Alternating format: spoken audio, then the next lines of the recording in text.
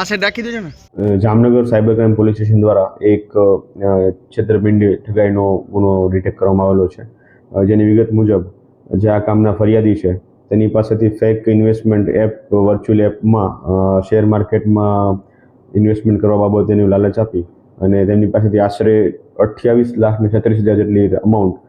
Virtual share માર્કેટના platform ઉપર invest કરવામાં આવેલી હતી, જે ખરેખર એકચ્યુઅલ અમાઉન્ટ એ જે આ કામના આરોપી છે જેનું નામ છે રાહુલ મનીષભાઈ વાસાણી તેના દ્વારા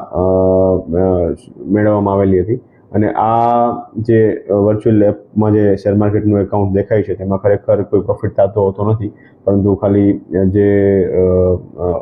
ફરિયાદી છે એમને ફક્ત એમાં આંકડો દેખાતો હોય છે, એકચ્યુઅલી એ પ્રકારનું કોઈ પણ ઇન્વેસ્ટમેન્ટ કરવામાં આવેલું હોતું નથી. આ પ્રકારનું જે ગુનો દાખલ થયેલો હતો જેમાં